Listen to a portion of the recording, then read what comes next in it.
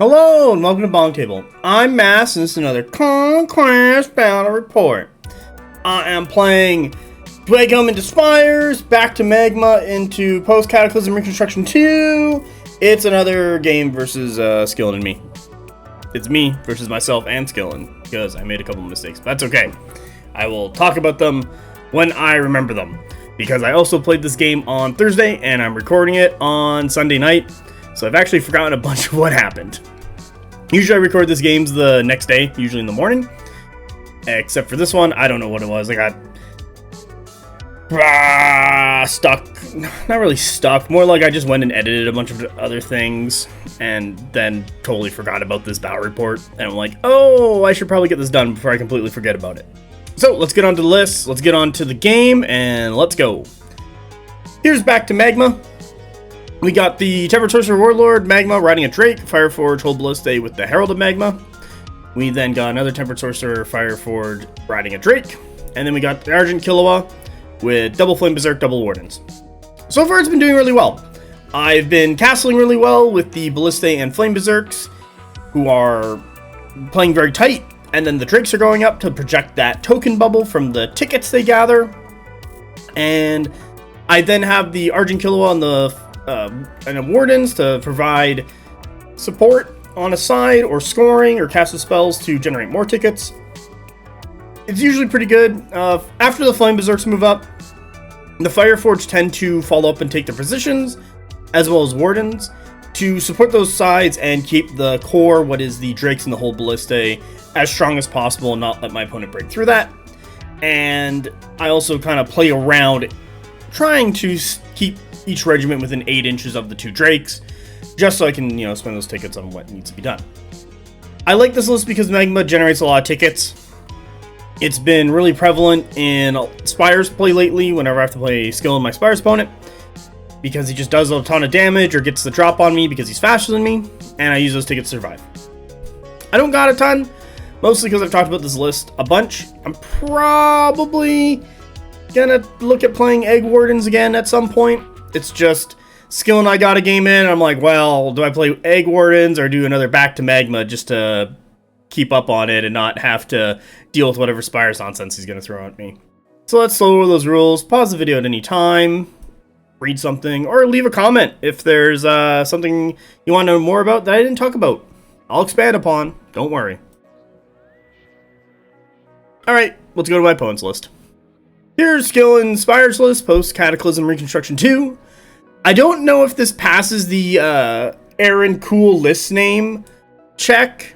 There's you gotta do it in Jadu and all the other wacky stuff he does. And a good list has a good name. So name your list something cool. Use some puns, use some memes, stuff like that. Skillen is once again playing a list that you guys have seen if you've watched the Skillen and myself battle report where we kind of go over it. He's playing his Lineage Highborn, Cascading Generation, Command Pheromones, and Pheromantic Override.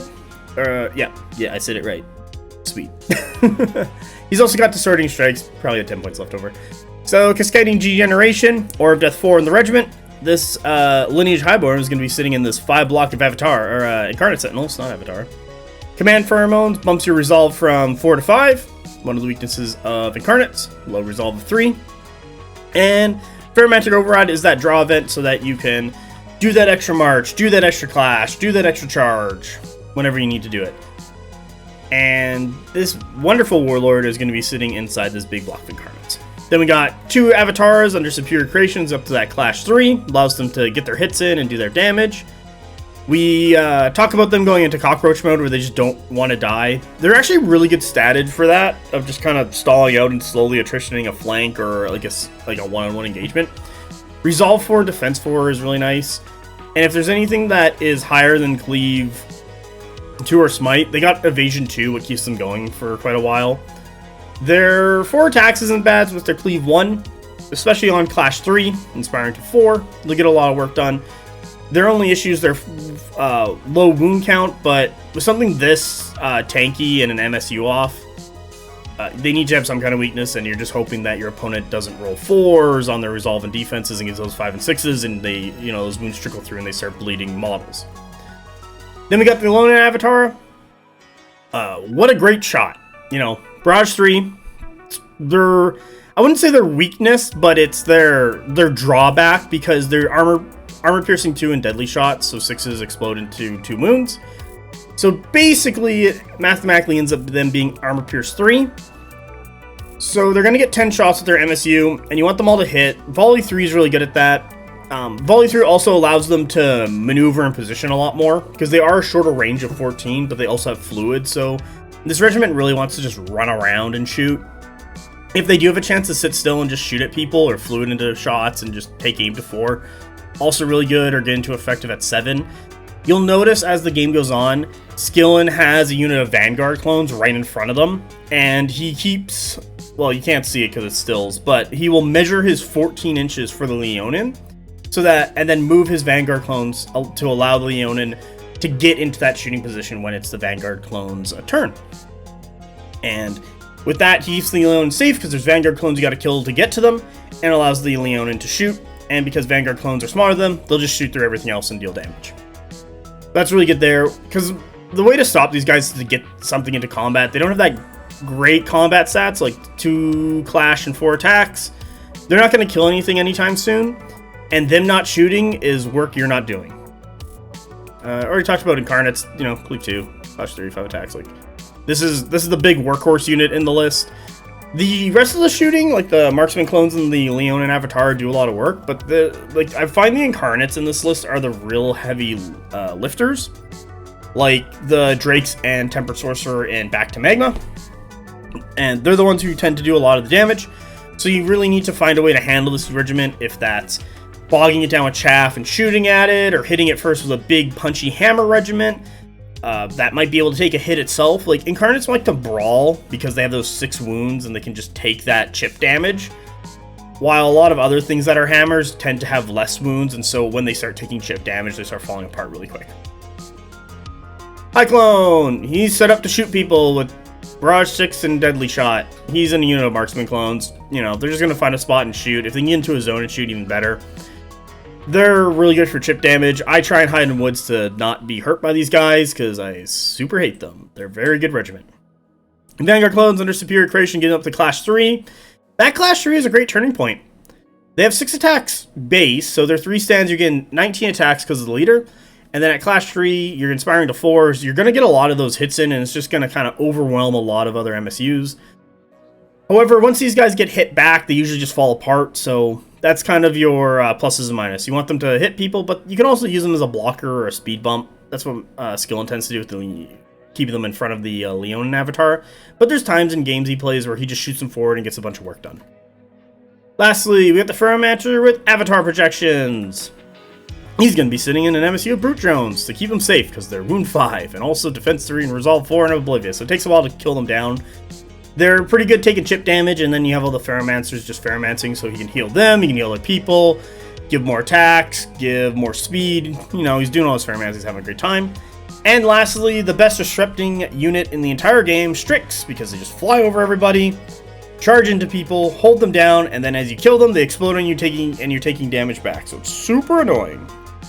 Strix tend to trade into lights very effectively with their lethal demise, even on their clash, because they're going to be inspiring to 3. On their 12 attacks, they'll actually kill something, or not, I don't want to say kill it, but they'll actually put some damage into lights, and then your opponent will kill them, or do a bunch of damage back, and then they'll explode, and then that light will die. So I tend to find Strix usually kill or trade with other lights, and if your opponent has a high value light, like Slingers is a really good example, to be honest, it's the one off the top of my head. You want Strix in there, do a bit of damage, and then explode upon the Slingers, killing them all, and then you're happy. But with that, I'm going to slow roll these rules, pause the video at any time, and read anything I didn't mention. And maybe, if you leave a comment, I'll tell Skillen to reply, so that he has more knowledge on this and can help you better. There we go, let's get into the game. Alright, so today we played Forlorn Hope. Yay! Forlorn Hope. No reinforcement from the sides. Yay! This, yes and no, messes with the Dweg, like one of the Dweghom strategies of flanking a unit of Fireforge off from the side after the, I don't know, let's say in orange, the reinforcement line is set to here. And then from that side, you just go and I'll do it in this reddish color. You just shoot somebody after you deploy in the flank and it really hurts them. And they just kind of show up and do it. I like that trick. It's really fun. But you can't do that here. So you gotta walk up the table like a normal person. We have 2 neutral objectives. You can kill them. And then we got our 6 and 9 zones. The thing about the 6 and 9s is that the 6s are in the middle is 18 inches. And so they're 15 away from the edge. While the 9s, you got an extra, I believe, 1.5 inches. So you actually are on that 15-inch line. So you're 4.5 back. Do some math. Off of 18. So you're 13.5 away. So this 13.5 allows a lot of March 7 regiments. I'll do it in blue. To just shoot up the table and get on that 9-inch zone, which is really nice. So Drakes really like this. While you need something like what can get to 15, so March 7 with a banner or something faster to get on those other zones. So you can actually start scoring off the 9 on turn 2 with a lot more things than you normally would. Because I tend to find with Drakes is that you don't actually score on turn 2 unless you get your Argent, Killua, and the Wardens on to actually cast a score spell on a unit of Flame Berserkers. And the Drakes themselves tend to just kind of run up after and position to get on zones. But I like to try and get them in a piece of terrain. I'll just get rid of some of this, clean up a little. No, I want that one. There we go. We'll use green. You'll see on the map there's a piece of forest right here. I like to put my Drakes in the forest because I don't want them to get shot. And when they're in the woods, it's half shots for my opponent and full shots for me. And then I like to put Ballistae right in front, just so that I can keep them safe from melee threats. Overall, this scenario, you get 3 points for every enemy ejector marker. You get 2 for each zone. You gain an additional 3 for your season 3 or more, and 2 for each character. I like Forlorn Lope, and the big kind of reason for that is it keeps all the action within about a 2 by, I don't know, 2.5? 1, 2, 3? I don't know, I'd say like 2 foot by 3 foot area. So it's very concise and very condensed. What's really nice for Dweghom or factions that don't want to spread out or lists that don't want to spread out, and I also like the fighting's close, you can actually score. Get rid of all that.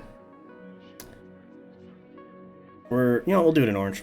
You can actually score these 2 zones with 2 stands. You can do them on like this angle, and you get the tips of them in.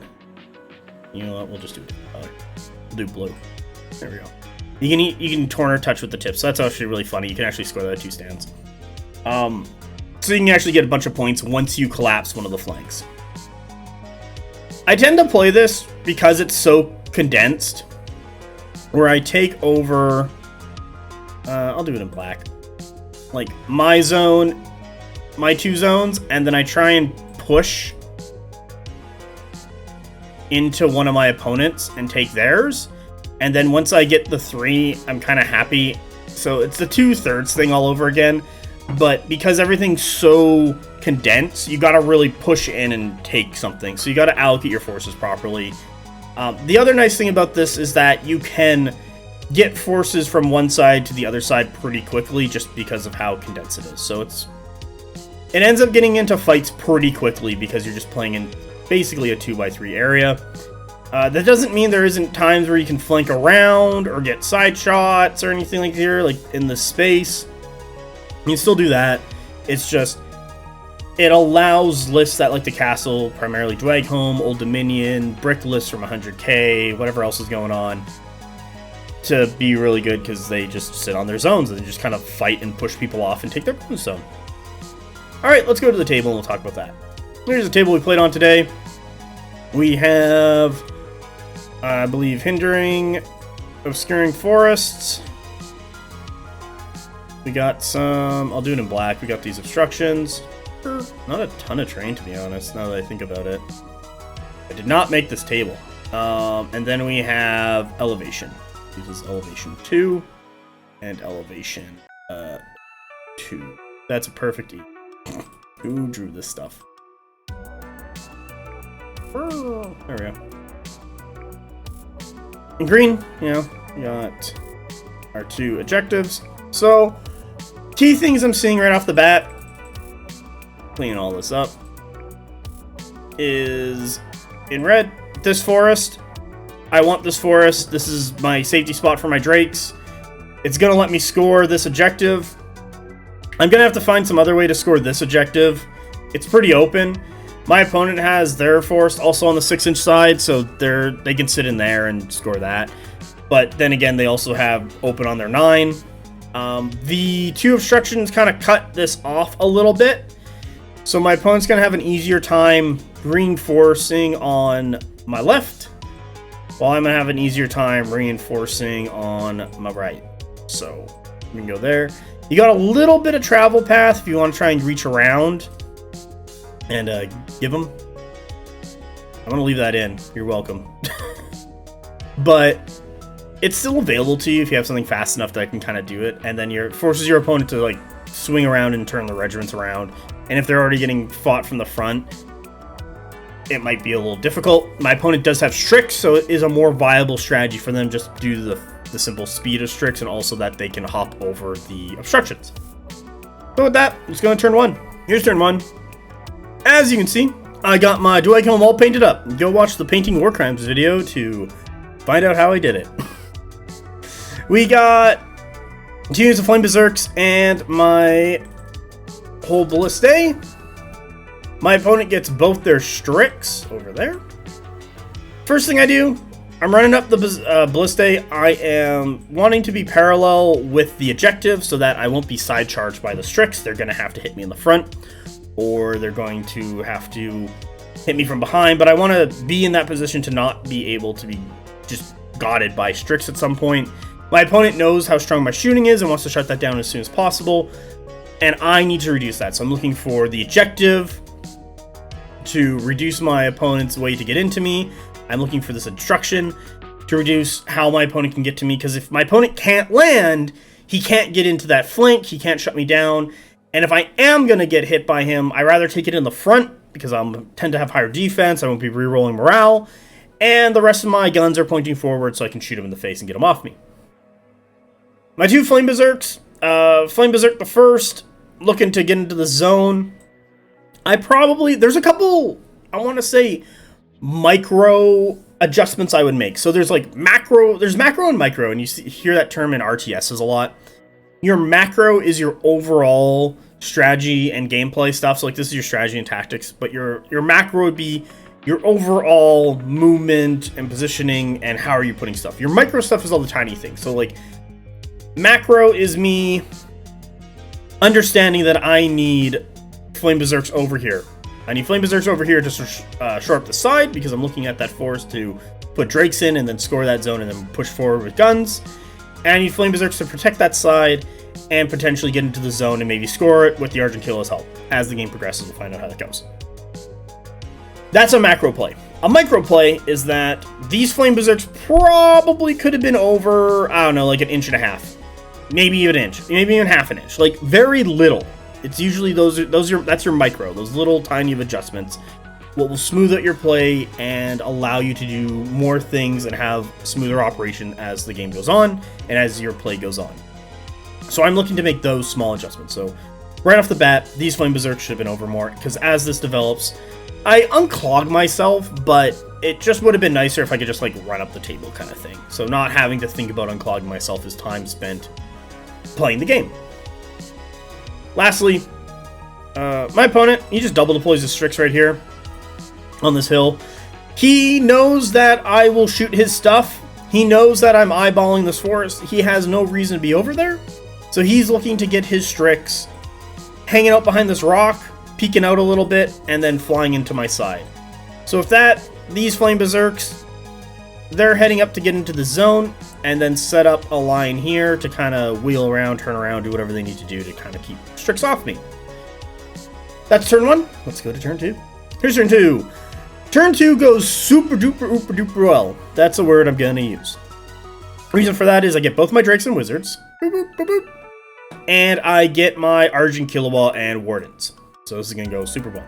My opponent only gets their Avatara and fails all the other dice rolls. So that's not very good for them at all. I have more cards than my opponent, so I start doing all the easy thing first. I move my Ballista into position. I then move my Flame Berserks into position. I drop, I believe, both my Drakes running up the table. And getting both in the woods. Once again, I'll do it in black. There's this line right here. I'm trying to hug that objective so that I can keep my flank safe and ride the parallel of it. The other Drake is looking to get in that zone. He's like an inch out. You can't see it, but he's an inch out. And the Flame Berserker is just kind of moved and wiggled up. I have no reason to go into my opponent's zone because he can just drop marksman clones and like shoot me or rush something up and take me. It's better if I just keep the castle tight so far. The castle is currently this. These 3 stands defending the 2 Drakes. And then it kind of goes into the Wardens, but we'll talk about them in a moment. So I'm trying to keep that safe, trying to keep that tight. There's no reason for me to go over there. I can't score it. I also realize that I need to score my other zone. So I get my Flame Berserks. You know, they kind of walk up a little, as you can see. Rotate a little, looking at those Strix, being ready for them. And I run up my Wardens. Argent Killua kicks off, cast the score spell. Boop, I get my 2 points. Sweet. Starting to score. And then also I know my Flame Berserkers are probably going to die over here. Got Wardens to support. Got Wardens to score that zone. Drake is going to score the other zone next turn. I need something to score the left side zone. My opponent, he just kind of shimmies the Strix over. He has no reason to commit right now, so he's just trying to look for a better position. He doesn't want to drop over here quickly, because if I bring in Fireforge or anything, I can just deploy them and shoot him in the face, and he does not need that. Avatar staying way out of my threat range, but they're already starting to look for that side charge into here.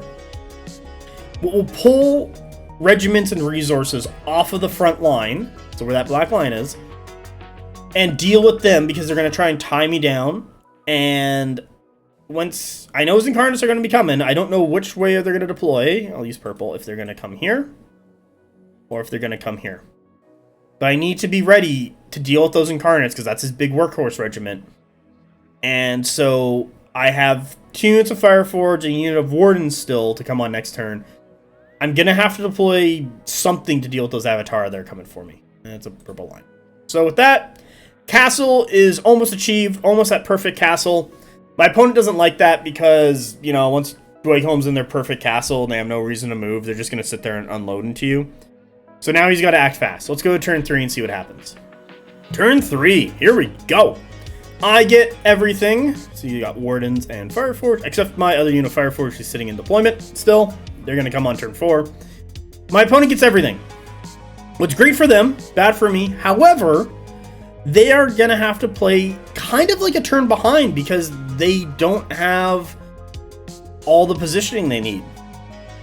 So my opponent's still a little worried because to kind of break through the Dweghom, he needs to hit me all at once with a variety of different threats and try and crack through and break through.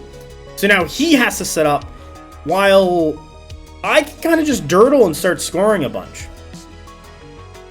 First thing first, I don't necessarily waste activations, but I'm kind of just dirtling around because I have no reason to move. So like, who is it? Let's do an orange. Ooh.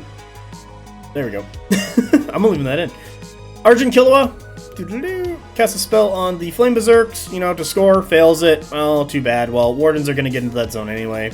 They move up at some point.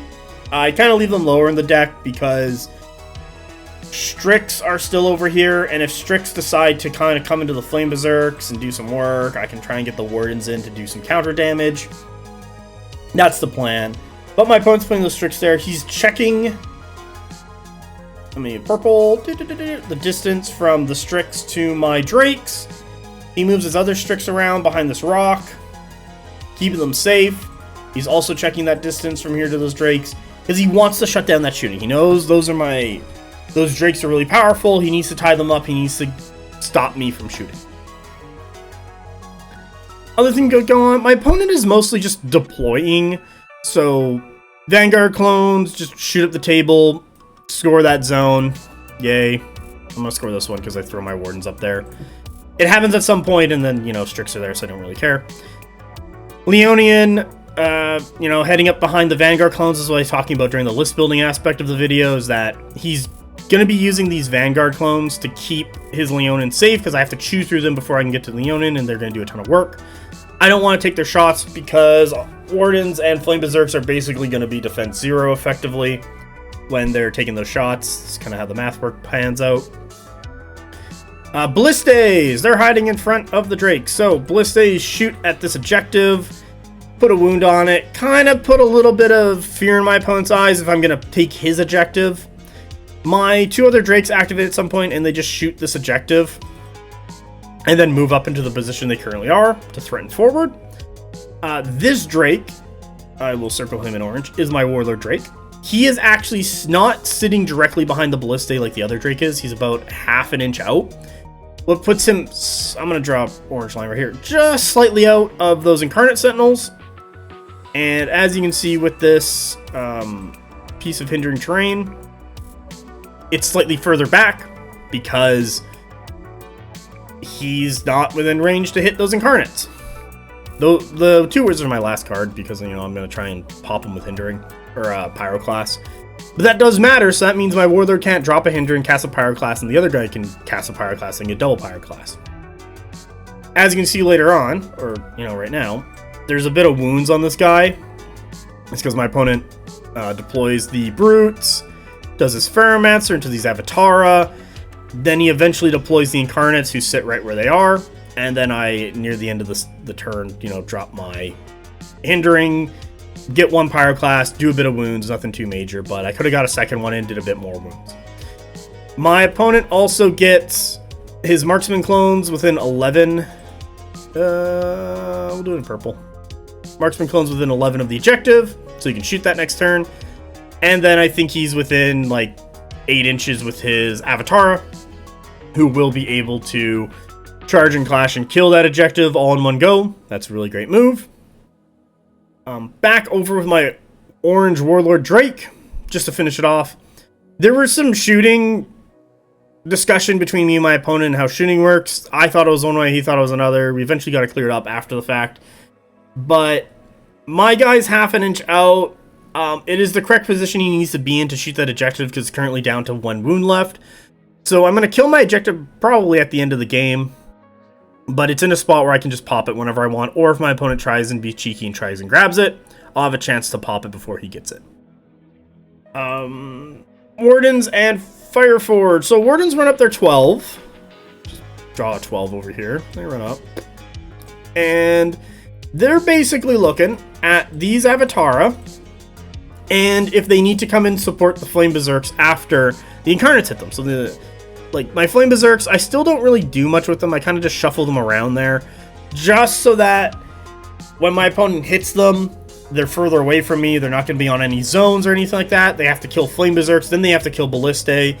If my opponent goes for Ballistae first, I actually don't think he can land properly. He has to kill Flame Berserks first, then he has to kill Ballistae, then he has to get to the Drake. So there's plenty of time for me to have Drakes and Wizards shooting at his Incarnates and breaking that open. And then I have the Warden follow-up, but my Wardens need to be careful so that they can go deal with the Avatar on the right. Fireforge is another awesome tool to deal with Incarnates, AP2 into Defense 4. I'm going to break those guys down very quickly, and the Fireforge hiding behind the Wardens, who might be fighting those Avatara, let's circle in purple, at some point in the game, they can just kind of move in behind, kill Incarnates, then switch their guns over to the Avatar. So that's why I have those guys basically stacked up on each other. My opponent's bigger than me. Why not? I have no reason not to basically be riding my own ass. But that is turn 3. My opponent and I both score 4 points, and we get on with the rest of it. Let's go turn 4. Here's turn 4. I get Fireforge. We'll talk about them. So, first things first. I'm going to circle this guy in orange. He has no tokens. He was within 16 inches of the Incarnate Sentinels. I believe I win the roll-off. I pop all my tokens, take aim, and shoot the Incarnates before they get to activate. Incarnates take a bunch of damage, lose a stand, and carry over. So that's why there's 4 instead of 5 Incarnates. My opponent then goes, charges me, and then get stuck into my Flame Berserks. I spend... Or do I? No, I think... Oh, yeah. So, he doesn't charge me right away. I activate one of... Oh, activate my Tempered Sorcerer off of... I'll circle the orange guy, so I'll circle him in red again. And drop his Hindering. As you can see, there's an orange over here. And I place this so that when my opponent hits me, he's going to have 3 stands go through the Hindering. Because, once again, he's not within range of my other Drake. And I want to get some Pyroclast off, so I'm dropping it down. We'll get some work going. With that, my opponent gets these Strix, marches them over here. Doesn't get the roll off, and fails to charge my Drake from that position. So they break and they get disrupted over to here, because it's their least displacement. I'm like, yeah, whatever. At some point, I drop my Fireforge to just light them up. I have 2 stands within 7. I shoot my shots. The opponent takes like 1 or 2 wounds. Not that super great, but Fireforge over there to clear off Strix. Not the end of the world. My opponent with his other unit of Strix, who are like way back here, does the Long Bomb, gets into that Drake. I'll draw it right here. And so then I have the Wizard from the Drake and the Drake itself attack the Strix. So I think the Drake does a bunch of damage, takes some wounds, saves some wounds, and then I have the Wizard Pyroclast into them, takes some wounds, does some wounds, and then I think I Hindering Terrain like behind me or something. I just drop it here, but it's not. We don't throw it down because it's meaningless. So I get a bunch more tokens off at that point, and I kill off those Strix. But I take 5 wounds in return. I didn't want to take any wounds, but, I'm getting rid of them, but also my opponent's preventing me from shooting. His Incarnates have already taken a couple wounds. Flame Berserks, I think they did activate at one point before the Incarnates hit them. I'm not exactly sure. It's been a while. At some point, my opponent Marksman clones and Avatar charges and kills that objective. Gets his 3 points for that, so he's up on scoring. My Ballista... I'm pretty sure my Ballista shoot at him, and that's what the wounds are over there. Because I didn't know if his Incarnates were coming in on me or anything like that, and I was kind of just waiting them out. With that, I get my Wardens in a position so that they can... I'll do it in orange. See the Incarnates, but also see the Avatara, but also... give a position where the Fireforge are going to walk up to. I think they have to walk up 6 or 7 inches so that they can get within 14 of the Incarnates later, because my opponent's going to have to break through the Flame Berserks. My opponent's going to have to break through the Ballista.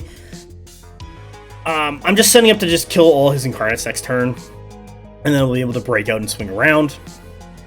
My Flame Berserks just get into a position here. You know what? I'll just draw a line right there.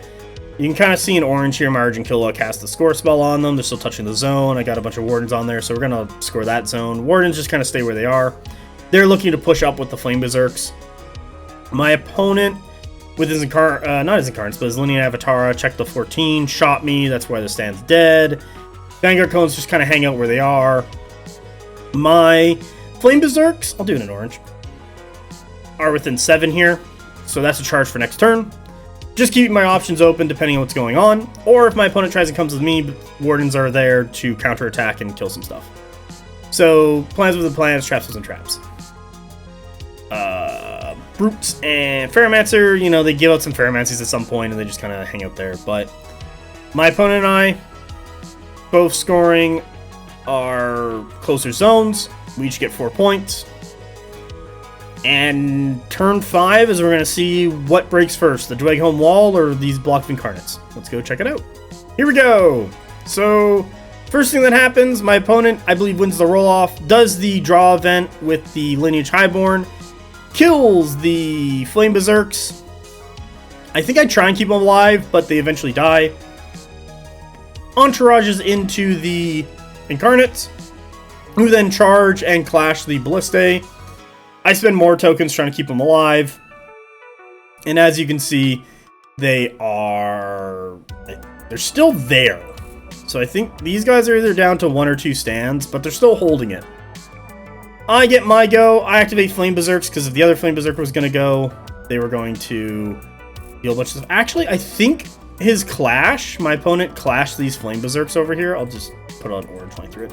And didn't kill them, so they had to, like, entourage into the Incarnate. So they did the clash from the draw event off the lineage. Didn't kill all the Flame Berserks, and then they had to clash and they charge. So that's why those Ballistae are a little more alive than they normally do. But they're going to take a bunch of hits. Because I remember the Incarnate's taking, like, Aura of Death. And, like, I think he might have lost one from Aura of Death. And I was like, yeah! It's just ridiculous stuff, because I always forget about Aura of Death. Or it just never, like, pops up or whatever. They usually just kill them right out. But I activate Flame Berserks. The other unit's dead, so I charge these Flame Berserks into these Avatara. I just line them up. Kill off a stand. Yay. Avatar at some point go. Kill them down to 1 stand. Marksman clones go. Arcing Fire, kill off the last stand. But the big reason I did that as my first action is because I'm preventing the Avatar from also hitting the Ballistae in purple. Because my opponent was looking to get these Avatar into these Ballistae. I believe that was his next card. Because he needs 2 regiments to hit that wall at the same time to break it. He needs to kill the Flame Berserks, he needs to kill the Ballistae. The Avatar support would have killed that Ballistae. Now he's going to get Incarnates and Avatar into the Drakes. That's going to stop me from shooting. That's really bad. But he doesn't, because I sacrificed those Flame Berserks. Good play on my end. Next thing that goes on, this Drake, the Warlord Drake, he activates, he unloads all his tokens. He's like sitting on 3 tokens. Into the Incarnates, deal a bunch of damage, kill off a bunch of guys, do really good there. This Drake unloads into those Incarnates, does a bunch of damage, does really good. Fireforge, I believe these Fireforge just shoot these Strix, knocking off a stand. My opponent's Strix with 2 stands run over and get 2 stands into contact with the Drake. I'm like, that kind of sucks. So both my Tempered Sorcerers drop their Pyro class. Because I have Herald of Magma, what is erupting this piece of forest right here that I circled in orange, that little tiny orange circle, they pop, I believe, both their Pyroclasts into those Strix, blowing them up, killing them. I'm like, sweet. Fireforge that were in range, shoot the Incarnates. My opponent's Incarnates are down to like 6 or 5 wounds. They're kind of done at this point. The wall is holding. Wardens have been positioned now to kill Incarnates. Push forward into the zone. You know what? I'll do this in black just to separate a little bit. So kill Incarnates, push into the zone, or fight these Avatara. They're still there, providing support, keeping that side strong. I'm happy. Fireforge have done a great job, doing really well. My opponent on the left side, because he killed my Flame Berserks, moves up his Vanguard clones a little bit. Boop. Still keeping them on his own, still scoring. He then has his lineage, not his lineage, my apologies, his Leonine Avatara shoot at my Wardens. My Wardens make a bunch of saves. I don't lose any stands, but I do take some wounds. I move the Wardens up so that they can cover that zone and keep anyone off that might be coming in. But my opponent didn't cover his zone, as you can see there. Come on, there we go. Yeah, see, it's still revealed. So he hasn't covered that. He's still going to score that, what's good. I'm going to score mine, but I'm also looking to get the Wardens in there so I can kill off the Vanguard clones. Because if Vanguard clones hit me, I'm going to take a bunch of damage, but if I hit him, he's going to take a bunch of damage. And then I'm free to kill the Leonine, and we'll see if they can do enough damage to kind of slow me down and stop me. Well, it's not going to be good for him. Lastly, he gets his Ferromancer and Brute Drones onto the zone to score it. Keep him close to the Avatara, maybe provide support, maybe get him forward more. But I'm kind of looking at this now. I need to still break his center. He still has some stuff left, but I feel I'm in a very strong position. I'm down on points, but I still haven't killed my objective. The Incarnates aren't really a threat anymore. I have plenty of guns. I can start looking at popping and killing the rest of his stuff and doing work that way. And I totally hit the mic with my thumb, so you're welcome, everybody. Well, let's go to turn 6 and see how I do it. Here's turn 6. Yay!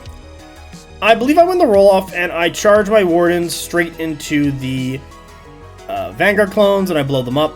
I activate my Argent Kill-Off first, and this, I should have used the Don't Score spell On the Leonine avatar, instead I decided to use the don't score spell, or sorry, the -1 resolve spell off the Argent Kilowall on the Vanguard clones. I didn't really need it. I did it anyway. I should have cast not score on the lineage, so then they wouldn't score that zone. And I'd be fine with that. That'd be less points for my opponent. But Vanguards are dead. I believe the Incarnates activate. They take some Aura of Death. My opponent's like, this is great. Attacks Balliste, get him down to like 1 stand and a couple wounds. I burn a bunch of tokens to try and keep him alive. And then, as you can see, I believe this Drake unloads all his shots in this Avatar and blows them up, as I need them dead. I'm not super worried about the Incarnates right now. I drop my Hindering. I believe I throw some Pyroclast into them. This Drake takes some shots at the Brutes, pops a stand. I get my Wardens into here. My opponent countercharges the Wardens. Doesn't really kill off much. I think I spend more tokens. I'm not sitting on very many tokens. I'm kind of just spending them willy-nilly.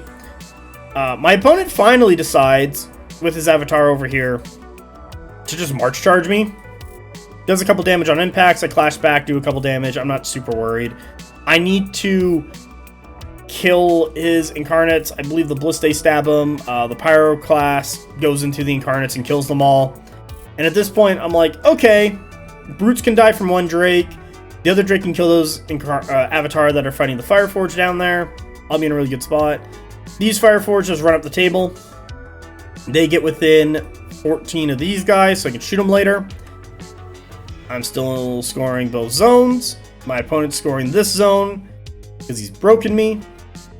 I believe these Marksman clones, after getting hit by those Leonine, those Wardens getting hit by those Leonine, these Marksman clones take a shot. That is in red. Good job, me. In purple.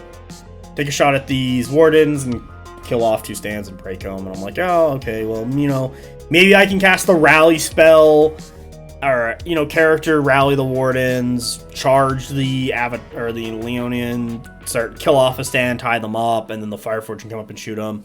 Find out how that goes. My opponent's not scoring his other zone, so now I'm getting up on points and kind of evening it off. But my opponent's kind of run out a lot of gas, and I really just need to win probably 2 out of these 3 fights, and I've got the game on lockdown. So let's go to turn 7. So turn 7, my opponent activates his Leonine Avatar, perfect square, shoots my Wardens to death, sweet, and then backs up a little bit. My Fireforge were just, you know, screamed up 10 inches off the table, so they were in for team before. I forget if this is moved, but they, you know, just kind of walk up and shoot. I believe they kill off a stand, do some damage. Because those Wardens are dead, I activate these Wardens over here. So I'm just going to circle an orange.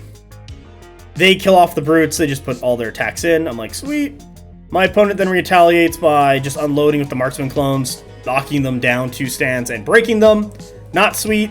So I'm not going to score that zone. But at this point, I'm not super concerned. Drakes go. Drake the first just rotates and unloads into this Avatar.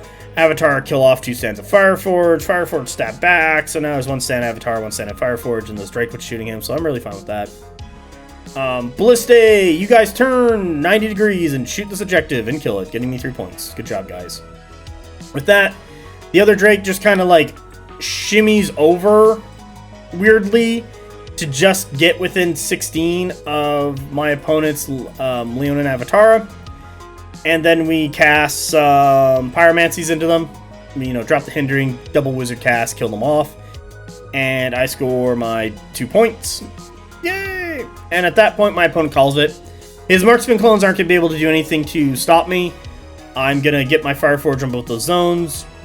One Drake is going to kill off the other, what is it? Avatara.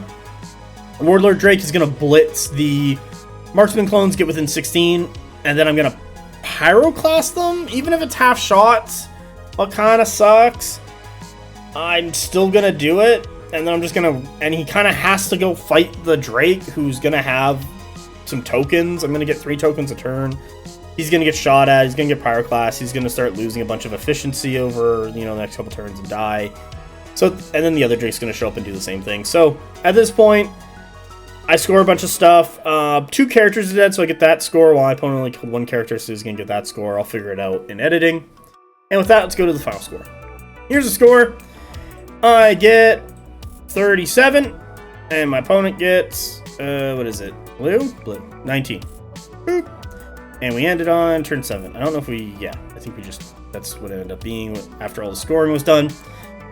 So with that, overall, a really good game. There was a couple small things that I need to just kind of like work on and remember as I play the list.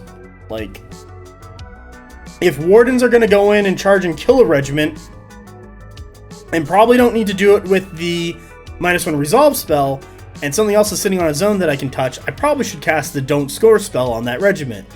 Or I should probably move things over slightly more before they get into fights so that I'm in a better position. I think I did a decent job at defending myself from Strix. I was aware about them from the start. You gotta be wary about Strix. You can't let them get into your backline. You can't let them gum up your guns. You can't let them gum up any of your major activations. You need to have something in the way to clear them off so those major activations can do the thing they want to do. One turn my opponent got prevented my guns from shooting, what he was happy about, and that's good to keep his Incarnates alive because they're the major workhorse. I also did a pretty good job with the Flame Berserks, tying up that one Avatar unit for a turn and, you know, killing off a stand, but mostly keeping them away from my wall.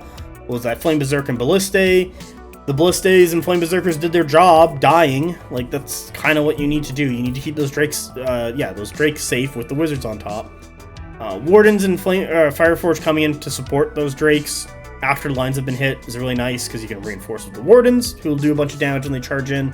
Because usually your opponents will clear a wall and just kind of be standing there, and if you just have Wardens right behind them, you just charge in with Wardens after. It's kind of fun. And they'll just do a bunch of damage, and your opponent's just like, oh my god. But you need to try and limit how your opponent hits you. Using hindering terrain from Magma is really nice, just to stop impacts and inspire. It all just accounts to less damage happening to you and allowing you to keep things alive, as well as good token spending. So if your opponent's hitting you with, like, I don't know, auto hits that deal, like something that's cleave 3 that and your defense 3, but it's going to do resolve damage, spend your tokens on resolve. That's the way to keep yourself alive. Stuff like that. So, for my opponent, on his right side with the Avatara, we were kind of talking about this, I believe, after the game, where he wasn't fully committing them and probably could have, like, been more aggressive with them, because we were measuring out the distance between each other. I'm like, I'm 13 inches away, and he's like, I'm speed 7, I can go to 8, and I can get you with a 3 or something. Probably not a 3. 13 with an 8, that's a 5? While the Wardens need a 6. Like, I wanted him to fight the Wardens. He could have been a little bit more aggressive to try and, instead of March charging the Fireforge, he could have just charge Clash them if he rolled really well. Strix do better the longer they're alive, but he needs to commit them at some point to stop the guns, because if he doesn't commit them at all until, like, much later on in the game, and the guns get to work and do a lot of the heavy lifting in my list, the Strix didn't do anything, so you gotta find the proper time, and so usually keeping them around longer is the best bet. It kind of sucks that one of his charges didn't make it. Great for me, not great for him. I don't think we broke them, or I don't know, maybe he rallied them and something, and then charged me. I forget what the heck happened. It's been like a couple days. But yeah, it was a pretty good game, good positioning. There's playing counterplay, so yeah, I'm happy with it. If you liked it, like and subscribe. Watch something else. There's a podcast. Follow Cassandra on social media. Join the BonkTable Discord if you want to talk or discuss anything. And yeah, I hope you guys have a great day. Bye!